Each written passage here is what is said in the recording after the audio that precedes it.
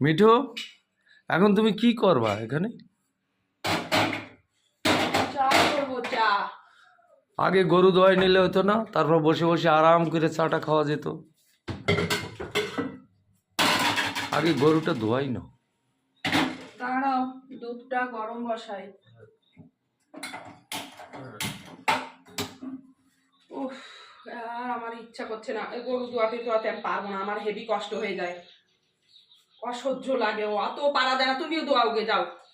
আমি দোয়াইতে বলে তো আমি দোয়াই ফেলতাম। তুমি কি পারো ছাতা, ওই যে আমার আর বাসুরে ভালো লাগে না। ডাকছে। ডাকো গিয়ে।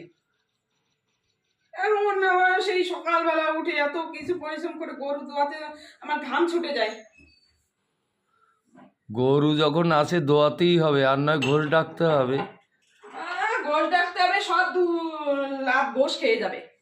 সে তো গোশ ঠিক। ডাকতে হবে, তোমার কত বুদ্ধি। চলো চলো চলো গরু দোয়াবা, চলো। তেরি পারবো না আমি, দূর ভাল লাগে না আর। চলো, ভালো লাগাতে হবে, চলো চলো চলো তাড়াতাড়ি চলো, গরু দোয়াইতে চলো।